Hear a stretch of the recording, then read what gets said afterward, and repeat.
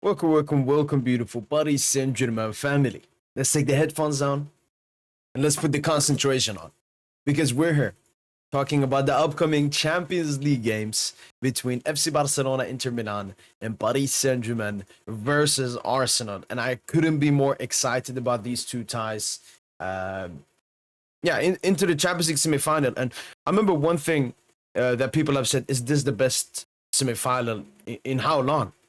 In how long? Like, when was the last time we had the Champions League semi-final of this quality? And I can't remember. Like last season, yeah, Dortmund, they shouldn't have been there. The year before, what was it? City Madrid,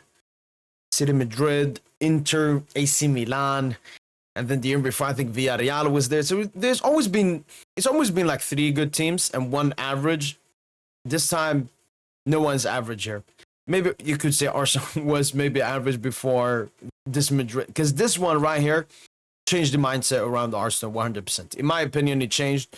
In some others' opinion, probably it changed. Like this PSV stuff didn't matter, but this one, it's an absolute huge victory, and both obviously trying to get into this Champions League final, and we're here to decide who is going to go into this Champions League final. Starting off with Barca Inter. Obviously, first game being played at the Montjuic, second game at the San Siro. But we're here to focus on the first game between the two clubs. Balde obviously injured for FC Barcelona. Lewandowski, Casado still out. Bernal obviously been out this entire season. Thuram, I've read that he potentially may be, put into this game, but not having any game rhythm, not like that. And Inter Milan, obviously, they have not looked good in their last games heading into this. Defeat to AC Milan in the Coppa Italia semi-final, 3-0. Losing to Bologna, their treble is going away. They were on for a treble this season. They're still very tight in Serie A despite the loss to Bologna. They're still first, same points as Napoli, but no Coppa Italia, so no trouble for them, and obviously a 2-2 versus Bayern. And we could see that 3 goals in their last games, which is not the best heading into this Champions League semi-final matchup versus FC Barcelona. FC Barcelona obviously today just beat Real Madrid 3-2 in the Copa del Rey final. What a game it was, and what a victory for FC Barcelona. Then they beat Mallorca 1-0, Celta Vigo, great comeback. This game doesn't really matter, and then a 1-0 victory versus Leganes. So Barca coming in with the better form, but obviously when it comes to big games like this, form does not really matter, especially in the league and so on. Maybe you can bring up Champions League games, but yeah, it don't really matter. I think both sides coming into this game very strong. Barcelona obviously looking to win this game. Inter Milan, as they beat Bayern away, they're not saying, oh, it's away, let's get a draw. Obviously they will sit back. I saw them versus Bayern, they sat back a lot. Obviously Barca and Bayern, both offensive teams, both teams that want to have the ball, but Barca are more direct, counter-attack oriented than Bayern München. And I think that can help FC Barcelona. In many times, Inter had space in behind, but Bayern just not the best at countering, not having the best pace, and just not tactically suited for that kind of football. Whereas FC Barcelona, they will punish Inter Milan if they leave those spaces in behind. But Inter Milan will also be able to punish Barcelona. They will sit back majority of the game and just be ready. Like Inter Milan, the 2 goals they scored away at the Allianz Arena, the quick counter-attack football, 1-2 touches, all the Inter Milan players understanding each other. That will be really key, and that will be really tough in this upcoming game. Like Barcelona, that offside line has to be there. It has to be there. I think this is the toughest game, especially how good Inter Milan are on the counter-attack. When Inter sit back, obviously we've seen them. They concede goals. They still concede chances against Bayern. There were chances. Like Bayern could have scored even more than 3 goals on aggregate, but they were just not clinical. Barcelona, on the other hand, one of the most clinical, if not the most clinical team in the world. So Inter Milan cannot be giving away chances to FC Barcelona. Obviously, with Lewandowski missing, it's not like Barca can be spamming a lot of crosses. Inter Milan, obviously, we're going to sweep away majority of those crosses. And obviously, this is some of an interesting tie. Barca and Inter have played in the group stage before. They obviously played before in the Champions League semi-final. Jose Mourinho, Pep Guardiola, I think the first game ended in a victory for Inter Milan at the San Siro, and then they got a draw at the Camp Nou. So there's some history between the two teams. Ever since, we've known Inter is going to play Barca. I've said that I think Barca is the favorite to go through in this tie, despite, Inter, the resilience in the team, the difficult stuff they can do in this game. I still think Barca are going to take this dub. They're going to take this victory and go through. But just strictly for this first game, I like it. I like it. Obviously, it's going to be played on the Wednesday, the game after Paris Saint-Germain play Arsenal. I don't know. I don't know what can happen. I don't know what we will see in this game. I think Barca will hold on a lot to the ball. It'll be really interesting how they will try to open up this Inter Milan team. Is it by Pedri passes? Is it the wingers, Yamal and Rafinha? Obviously, Balde missing. That is a huge blow because against a team that like Inter Milan, who have the three midfielders, who have the three centre-backs, you want to use that width where they only have one wing back each. They don't play with wingers. Balde, in my opinion, huge miss for that. And obviously Lewandowski, a huge miss. Obviously Ferran Torres got a goal today, but we don't know how he will do versus Inter Milan if he can keep that going. But yeah, Inter Milan, they will look into counterattack. They are the best side to be able to punish FC Barcelona with that offside trap. And they can find a lot of openings. And Barca are not a side that, can... how can I say, close off all the attacks, close off all the potential attacks and goals against you. They will give you chances. And Inter, once again, they're also a very clinical team. Lautaro Martinez and some other players. So very, very, very excited to watch this upcoming game between FC Barcelona and Inter. And the first leg, yeah, I'm going to give Barca a very, very heavy, especially at home. They've been very good at home this season, especially in the Champions League. I think they haven't lost a single game at home. The only game they've lost in the Champions League this season is obviously Monaco away and Dortmund away. Two pretty much irrelevant games and both away. So I'm going to give Barca the victory, especially in this first leg, and to go through. But yeah, that's basically my thoughts about this game. Moving on to the other game, Paris Saint-Germain versus Arsenal, going to be played the day before, played obviously at the Emirates. Parties suspended due to accumulation of yellow cards. Gabriel injured, Jesus injured, Jorginho injured, Havertz injured, Calafiori. I've heard that Calafiori might be available, and Tomiyasu as well. Paris Saint-Germain, unfortunately, not missing any players going into this game. And this is a big game. We obviously played in the Champions League group stage. Arsenal got a 2-0 victory. Fair play to them.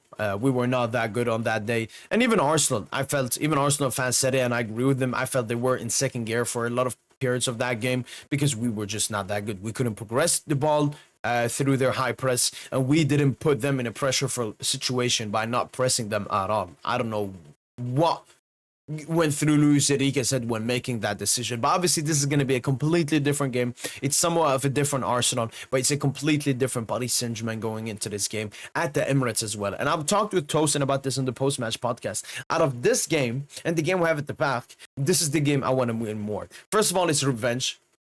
First of all, it's the first game. Second of all, it's revenge at the Emirates. Third of all, this will be the game where we will have more opportunities. Arsenal, their plan at the Parc, pretty much no matter what happens in this game, will be to sit back, just like their other English brothers in Liverpool and Aston Villa have done. So this is the game where there will be spacing behind. This is the game where we will have opportunities. But obviously, if we're going to push up and have opportunities, this will also be the game where Arsenal will have good opportunities. Obviously, they will probably have more opportunities with our extreme high line at the Parc des Princes.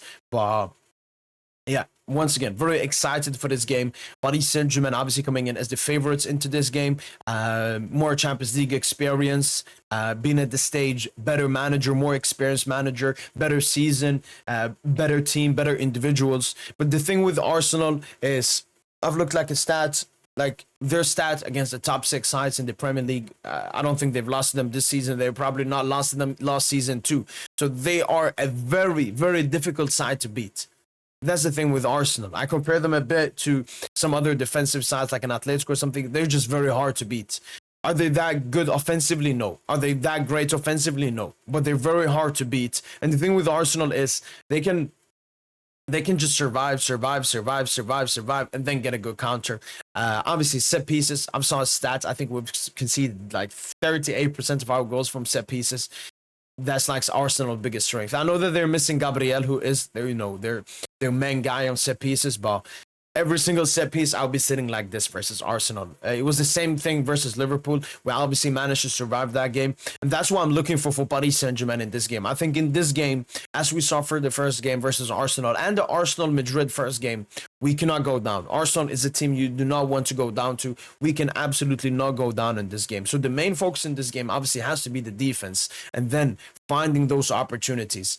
We can compare it a bit to Aston Villa scored counter-attacking goals. Liverpool scored counter-attacking goals. So those are the type of goals I'm looking for Paris Saint-Germain to score in this game. But I also want us to hold the ball. I also want us to boss the possession. I also want us to press and have great counter-press in this game. Like, we need to have a complete performance. We cannot be shy. We cannot be afraid. This is an Arsenal side that you can go at. You can score goals. You will get chances. It's all about taking them. And that's been the story for Paris Saint-Germain in the recent game versus Nice, which we lost our unbeaten run, and in overall this Champions League campaign. Is the chances. We miss so many big chances. And that's exactly what we cannot be doing versus Arsenal in this game. We cannot be missing chances against Arsenal. I mean, if you look at big chances missed in the Champions League this season, Paris Saint-Germain absolutely dominated. Paris Saint-Germain absolutely dominated. Let me see here. I don't think they have for clubs. They have for players, so big chances missed. You got Dembele with 9. You got Bradley Barcola with 8. And I mean, they've been the two players that have been playing for us this entire season, and they gotta score. When they get a chance, when they get an opportunity, they have to score.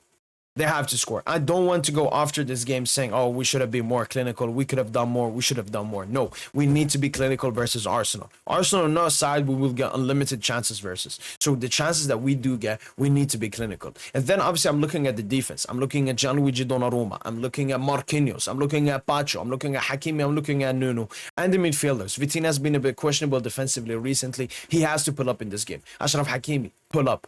Pacho, pull up. Marquinhos, please don't shit your pants. And Donnarumma has to have another great performance. I mean, he's had a great away performance at Villa Park, great away performance at Anfield, and now it's time to do that at the Emirates as well. So Donnarumma is someone I'm confident in. Donnarumma is someone I have belief in. He's given me that belief this season. Marquinhos, on the other hand, has shat his pants. Even in the Liverpool, in the Villa game, He's not a good captain. He's not a good player. But please, Marquinhos, please. Away ground semi-final, please, Marquinhos. Just hold your strength and be mentally strong in this game.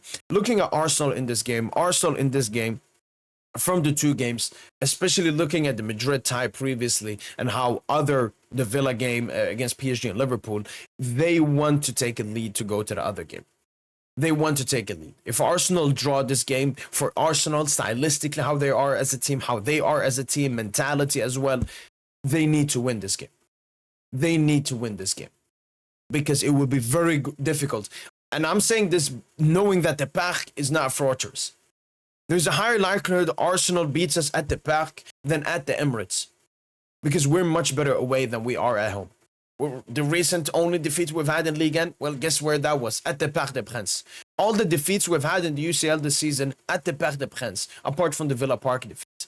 So Arsenal, despite that, I still think they want to take that lead. As they saw in that Madrid game, taking a lead from this game, defending in the other game, and countering Paris Saint-Germain. That will be the blueprint. That will be the idea for Arsenal to go into this game. And that's why we have to disturb that. That's why we have to get this victory right here. So when we go to the Parc, hopefully with a inshallah, a 2-goal lead, Arsenal have to go on. Arsenal have to have the ball. Arsenal have to push up. And that game will put us into the favor, kill them off with the counter-attack. So we need to go and win this game.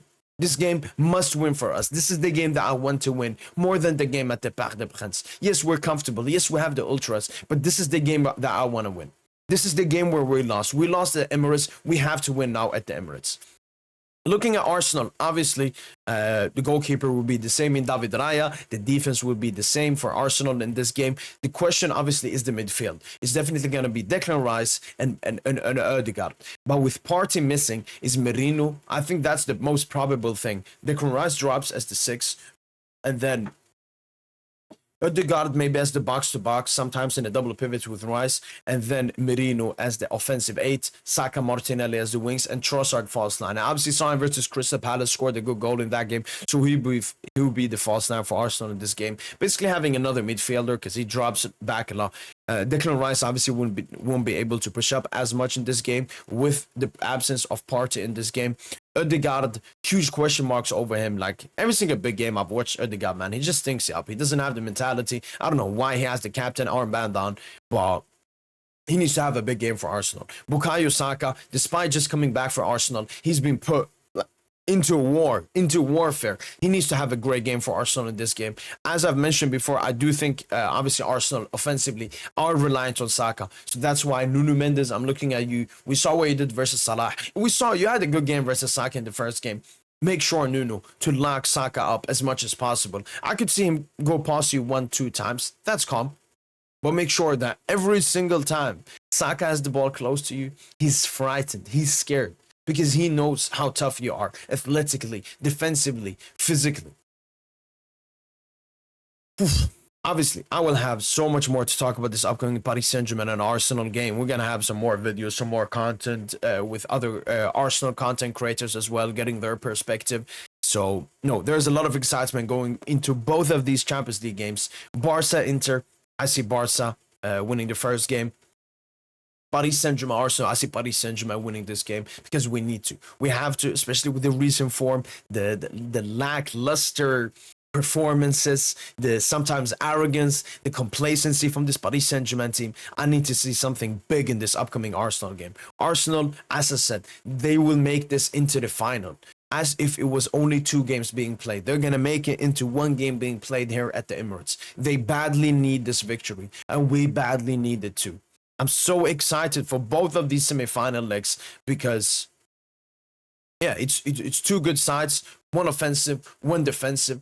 Let's see who wins. So, yeah, let me know in the comments down below. What's your thoughts about the 2 upcoming games? Who do you think is going through between Arsenal, Paris Saint-Germain, and Inter Milan and FC Barcelona? That's been it from your boy PS Gent. And as usual, allez, Paris.